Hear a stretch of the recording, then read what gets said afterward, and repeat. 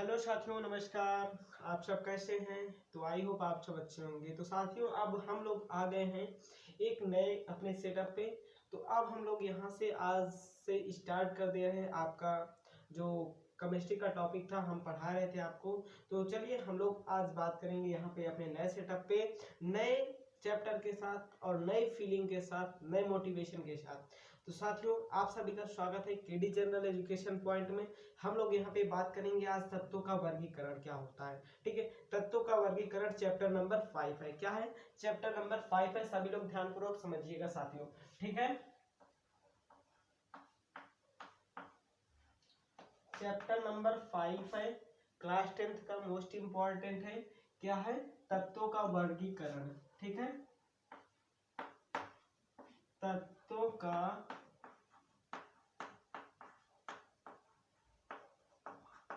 वर्गीकरण।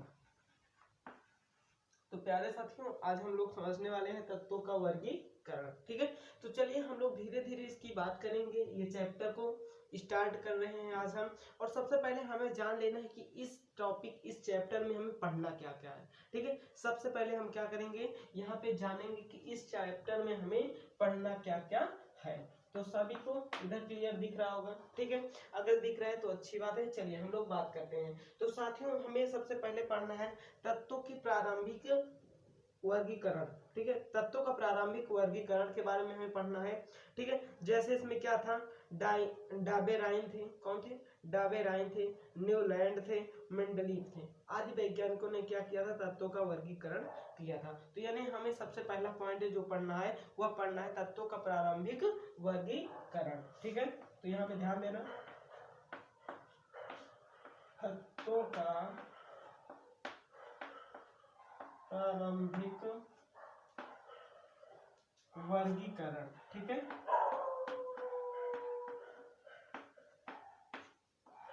तत्वों का प्रारंभिक वर्गीकरण। ठीक, अब दूसरा पॉइंट अगर हम बात करें तो मेंडलीव की आधुनिक आवर्त सारणी। क्या पढ़ना है साथियों? मेंडलीव की आधुनिक आवर्त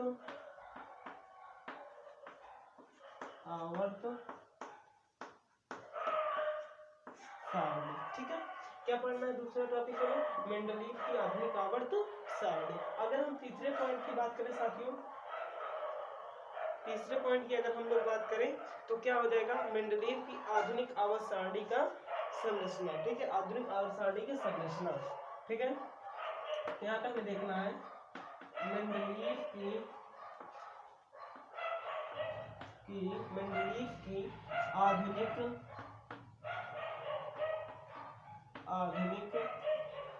आवर्त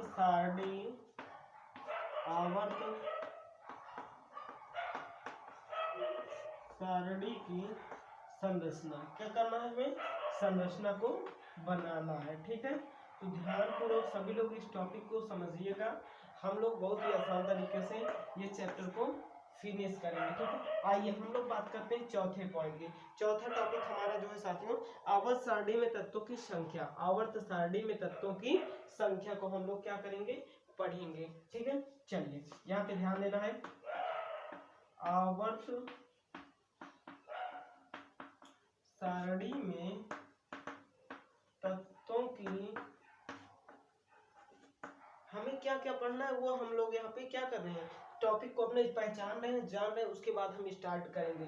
ठीक है, तो क्या है? आवर्त सारणी में तत्वों की क्या करना है? संख्या को क्या करना है? जानना। ठीक है, कितनी संख्या है। ठीक है, तत्वों की। ये पॉइंट हो गया।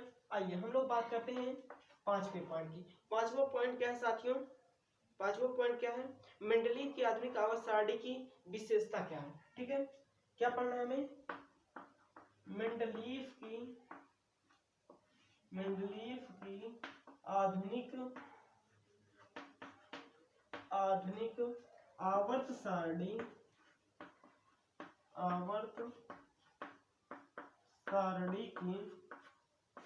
आवर्त सारणी की क्या पढ़ना है? विशेषता। क्या पढ़ना है साथियों? विशेषता। ठीक है, हमें क्या पढ़ना है, विशेषता को पढ़ना है। ठीक है, अगर हम बात करें अगले टॉपिक की, जो अगला टॉपिक हमें पढ़ना है, क्या पढ़ना है, आधुनिक आवाज सारणी में, आधुनिक आवाज सारणी में क्या पढ़ना, अनियमितता, क्या पढ़ना है, अनियमितता का विवरण। ठीक है, तो ध्यानपूर्वक समझना, अनियमितता, सॉरी,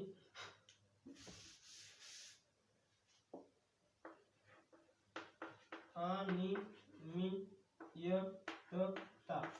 ठीक है, अनियमितता का क्या पढ़ना है, विवरण। किसमें, विवरण मैं बता रहा हूं अभी आपको, विवरण किसमें पढ़ना है, मेंडलीव की आवर्त सारणी में। ठीक है, आवर्त सारणी।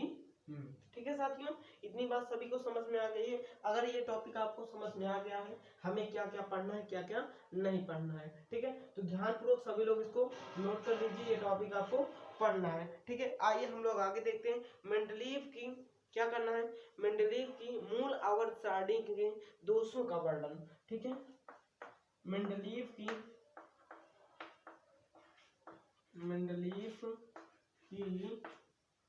ठीक है, आवर्त सारणी के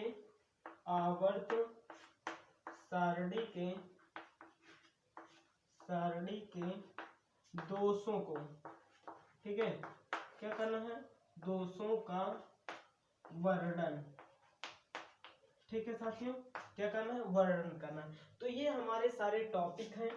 ठीक है, ये हमारे सारे क्या हैं, टॉपिक हैं, जो हमको क्या करना है साथियों, पढ़ना है। सभी को नोट कर लीजिए, एक एक करके हम लोग स्टार्ट करेंगे। ठीक है, टॉपिक को, और बहुत ही अच्छे तरीके से, बहुत ही बेहतरीन तरीके से। ठीक है, आपको कोई दिक्कत नहीं होनी चाहिए, सब कुछ टॉपिक क्लियर होता चलेगा। ठीक है, सही है ना, ओके।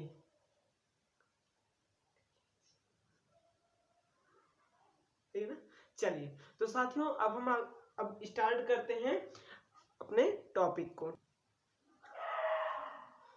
तो चलिए बच्चों, हम लोग अब बात करेंगे यहाँ पे जो पहला टॉपिक हमारा है, तत्वों का प्रारंभिक वर्गीकरण। ठीक है, तो ध्यान से समझना, तत्वों का प्रारंभिक वर्गीकरण। ठीक है, वर्गीकरण, चल कोई बात नहीं, अभी हम लोग चल ठीक है। तो यहाँ पे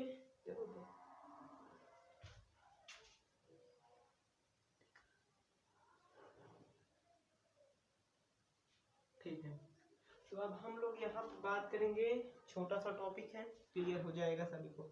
साथियों यहाँ पे बोला गया था, प्राचीन काल में बहुत से कम तत्वों का क्या था, ज्ञान था, यानी खोज की गई थी बहुत से कम तत्वों की। ठीक है, उसके बाद क्या हुआ था, इनकी संख्या कम होने के कारण इनका अध्ययन अपेक्षाकृत कम था। ठीक है, लगभग जो खोजे गए तत्वों की संख्या थी प्राचीन काल में,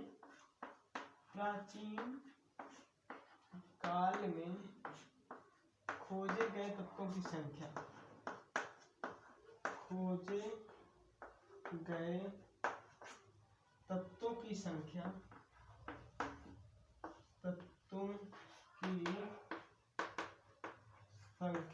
साथियों 118 थी। कितनी थी, 118 थी। ठीक है, उसके बाद क्या हुआ, जिसमें से प्राकृतिक जो थे, ठीक है, प्राकृतिक तत्व कितने थे वो आप जान लीजिए, टोटल संख्या 118 थी। ठीक है, प्राकृतिक कितने थे, 94। ठीक है, प्राकृतिक कितने थे, 94। अब देखिए, मानव द्वारा निर्मित, ठीक है, मानव द्वारा निर्मित कितने तत्व थे बच्चों, समझना, ध्यान पूर्वक समझना। ठीक है, 118 में से 94 माइनस कर दो, पता चल जाएगा आपको मानव के द्वारा कितने निर्मित किए गए हैं। देखो ध्यान देना, 1 ये 4 आ गया, 2 आ गए, यानी 24। कितने आ गए, यहाँ पे आ जाएगा 24। जो 24 तत्व थे साथियों, वो मानव के द्वारा लैब में बनाए गए थे। ठीक है, इस तरह से तत्वों का पूरा क्या हुआ था, डिस्कवरी हुई थी। ठीक है, इतनी बात क्लियर हो गई।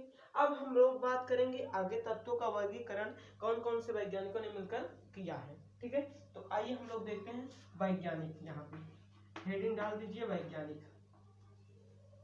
ठीक है, वैज्ञानिक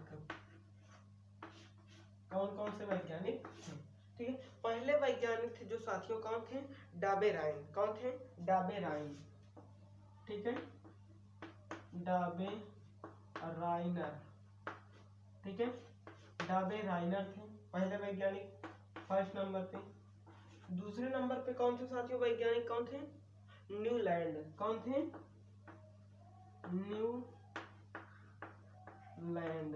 ठीक है, कौन थे, न्यूलैंड थे। अब देखिए ध्यान पूर्वक समझना, जो मोस्ट इंपॉर्टेंट है।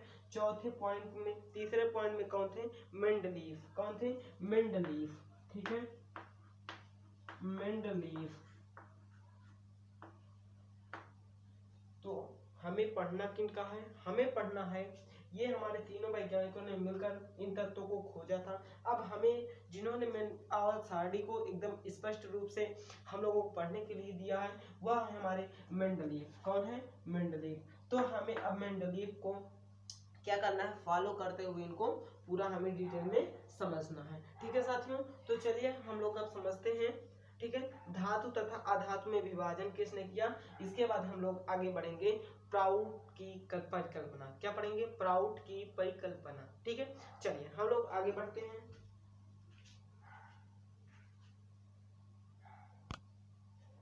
चलिए बच्चों, यहाँ पे अब देखना है आपको धातु तथा अधातु का विभाजन। उसी टॉपिक को ध्यानपूर्वक पढ़ना है, ध्यानपूर्वक समझना है। धातु तथा अधातु में विभाजन। ठीक है, क्या हुआ था, प्रारंभ में तत्वों को उनके गुणधर्मों के आधार पर, प्रारंभ में तत्वों को उनके गुणधर्मों के आधार पर धातुओं तथा अधातुओं में क्या कर दिया गया था, विभाजित कर दिया गया था। समझना, ठीक है, प्रारंभ में तत्वों के गुण धर्मों के आधार पर, गुणधर्मों के आधार पर विभाजित किया गया था। ठीक है, क्या किया गया था, विभाजित किया गया था। ठीक है, किया गया था। ठीक है, ध्यान पूर्वक समझना, तत्वों को उनके गुणधर्मों के आधार पर धातु या अधातु में विभाजित किया गया था। ठीक है, दूसरा पॉइंट क्या है साथियों, दूसरा पॉइंट है कि बाद में कुछ तत्वों का ऐसा पता चला, बाद में कुछ ऐसे तत्वों का ज्ञान हुआ हमें कि क्या हो गए वो, जिनके दोनों जो गुण धर्म थे मतलब धातु और अधातु से समान थे। ठीक है, तो दूसरा पॉइंट क्या हो जाएगा साथियों, दूसरा पॉइंट हो जाएगा बाद में कुछ ऐसे तत्वों का ज्ञान हुआ, कुछ ऐसे तत्वों का ज्ञान हुआ जिनके गुण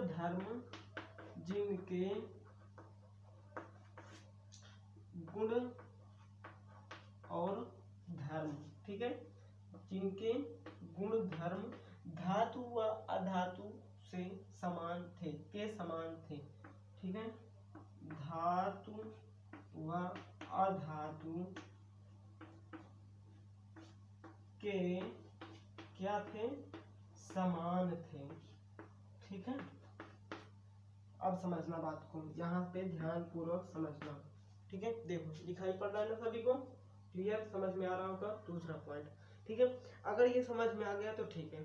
तो फिर क्या हो गया साथियों, ये तत्वाधान या उपधातु के नाम से जाने लगा। यानी कहने का मतलब यह है कि ऐसा तत्व, ठीक है, जिनके जो गुण धर्म थे धातु और अधातु दोनों के समान थे, उनको क्या कहा गया, उपधातु कहा गया। ठीक है, इस प्रकार के तत्वों को, तीसरा पॉइंट है, इस प्रकार के तत्व को उपधातु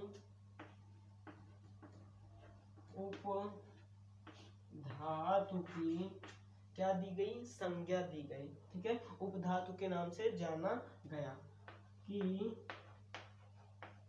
संज्ञा दी गई, ठीक है साथियों। सभी को क्लियर हो रहा है, ये पॉइंट समझ में आ रहा है कि नहीं आ रहा है? ध्यान पूर्वक से पढ़िए, ध्यान पूर्वक से समझिए, तभी समझ में आएगा। और बहुत ही आराम तरीके से मैं आपको लिखवा भी रहा हूँ और समझा भी रहा हूँ, ठीक है। तो ये बात क्लियर हो गई। अब आइए हम लोग बात करते हैं आगे। और यह नियम क्या था, जो ऐसा बताया जा रहा था कि जो धातु है या अधातु है उनके गुणधर्म जो है वो समान है। इस तरह से क्या हुआ, उन जो धातुएं थी उनको क्या कहा गया, उपधातु कहा गया। तो ये पूरी तरह से फिर क्या हो गया, ये जो नियम था ये अमान्य हो गया, ठीक है। फिर हम यहाँ पे आपको बता देना चाहते हैं कि जो अधातु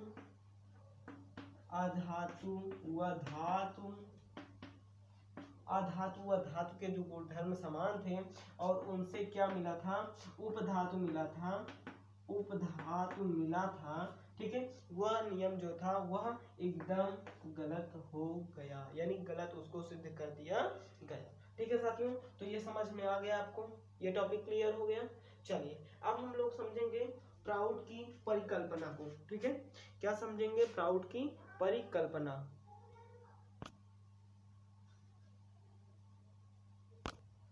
चलिए हम लोग अब देखेंगे यहाँ पे प्राउड की परिकल्पना, ठीक है। क्या देखेंगे, प्राउड की परिकल्पना। आइए समझते हैं साथियों। इस परिकल्पना के अनुसार से सभी तत्वों के परमाणु भार हाइड्रोजन के परमाणु भार के क्या थे, सरल गुणक थे। सभी तत्वों के परमाणु भार हाइड्रोजन के क्या थे, परमाणु भार के सरल गुणक थे, ठीक है। क्या थे, इस देखिए, इस परिकल्पना के अनुसार सभी तत्वों के, ठीक है, सभी तत्वों के क्या परमाणु भार, सभी तत्वों के परमाणु भार हाइड्रोजन के परमाणु भार के, सभी तत्वों के परमाणु भार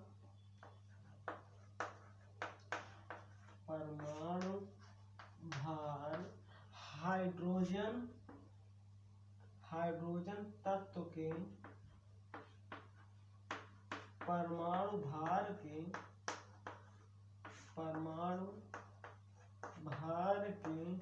सरल गुणज, ठीक है। क्या था, सरल गुणज थे, ठीक है।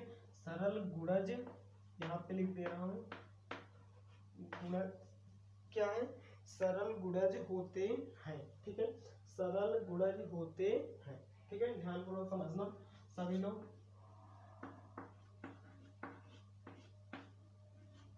सरल गुणज होते हैं, पहला पॉइंट। दूसरे पॉइंट की अगर हम बात करें, दूसरा पॉइंट क्या कहता है, प्राउड का नियम। पहला पॉइंट ध्यानपूर्वक समझना, दूसरा पॉइंट ध्यानपूर्वक समझना, तभी ये नियम समझ में आएगा और एकदम याद हो जाएगा, ठीक है। दूसरा नियम क्या कहता है, सभी तत्व हाइड्रोजन परमाणु से मिलकर बने होते हैं। दूसरा पॉइंट कहता है कि सभी तत्व जो होते हैं वो हाइड्रोजन परमाणु से मिलकर बने होते हैं, यानी बिना हाइड्रोजन के कोई भी तत्व अधूरा है, ठीक है। बिना तत्वों के कोई भी क्या है, अगर उसमें मिलकर नहीं बना है तो वो क्या हो जाएगा, अधूरा हो जाएगा, ठीक है। तो दूसरा पॉइंट है सभी तत्व हाइड्रोजन, ठीक है, हाइड्रोजन परमाणु से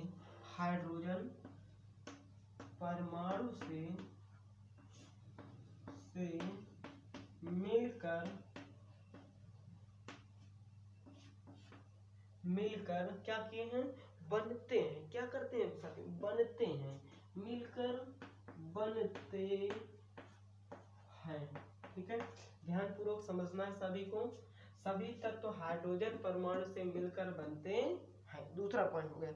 अगर हम तीसरे पॉइंट की बात करें, कुछ समय बाद यह पता चला कि तत्वों के परमाणु भार पूर्ण संख्या में नहीं होते हैं। यह निश्चित हो गया कि सभी तत्व परमाणु हाइड्रोजन, ठीक है, हाइड्रोजन के परमाणु से नहीं बने होते हैं, ठीक है। और इस तरह से ये जो प्राउड की परिकल्पना हो गई और ये क्या हो गई, धराशायी हो गई, यानी फेल हो गई, ठीक है। इन्होंने ये पहले बताया कि क्या होगा, परमाणु मिलकर बनते हैं। फिर बाद में इन्होंने ही कहा, क्या कहा कि उनके जो परमाणु भार होते हैं वो पूर्ण संख्या में नहीं होते हैं। ठीक है, क्या कहा इन्होंने, हाइड्रोजन तत्व, हाइड्रोजन परमाणु के, ठीक है, हाइड्रोजन परमाणु के साथियों जो क्या है, परमाणु भार है, हाइड्रोजन परमाणु का परमाणु भार या हाइड्रोजन तत्व कह लो आप, हाइड्रोजन तत्व के परमाणु भार क्या होते हैं, संख्या में पूर्ण, ठीक है, भार संख्या में पूर्ण नहीं होते हैं। ठीक है, नहीं होते हैं। और इस तरह से इन्होंने ये बता दिया और आगे चल के इनकी जो परिकल्पना थी साथियों वो क्या हो गई, धराशायी हो गई, यानी विफल हो गई। ठीक है, क्या हो गया, विफल हो गई। और अतः यह और सभी तत्व हाइड्रोजन के परमाणु से नहीं बने हैं। ठीक है, इन्होंने बाद में ये कह दिया कि सभी तत्व जो है हाइड्रोजन परमाणु से मिलकर नहीं बने हुए हैं। ठीक है, चौथे पॉइंट में सभी तत्व हाइड्रोजन परमाणु से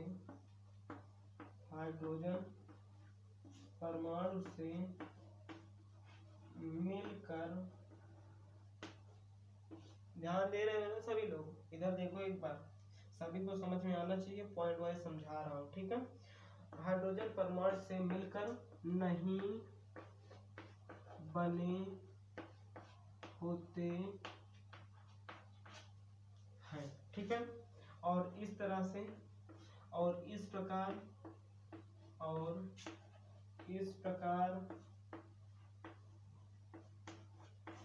प्राउड की परिकल्पना